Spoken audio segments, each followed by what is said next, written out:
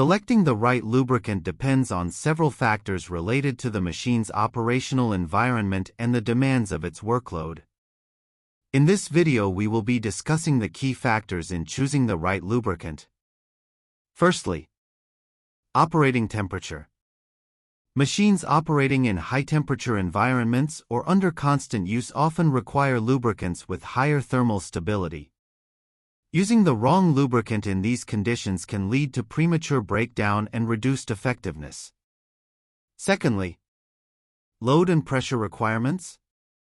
High-pressure applications, such as those in mining or construction, require lubricants with high viscosity and extreme pressure (EP) additives to withstand heavy loads without breaking down. Thirdly, environmental conditions. Dust, water, humidity, and other environmental factors can impact lubricant performance.